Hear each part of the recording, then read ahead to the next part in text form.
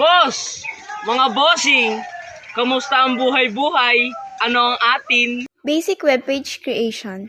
Creating a basic web page without coding is possible using various website builders. Gusto mo turuan kita ng basic web creation, ha? Step 1. Pumili ng website builder.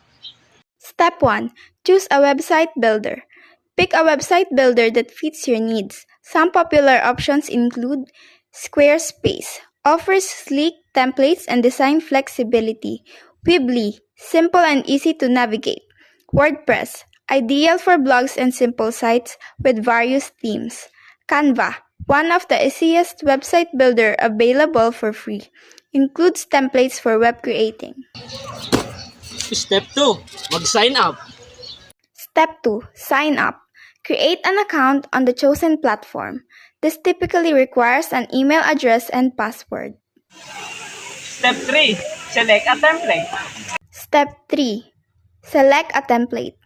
Browse through the available templates or themes. Choose one that resonates with your envisioned site design and purpose. Step 4. Customize your page. Step 4. Customize your page.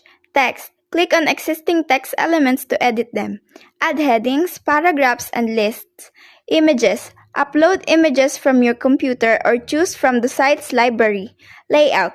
Drag and drop sections or elements to rearrange them on the page.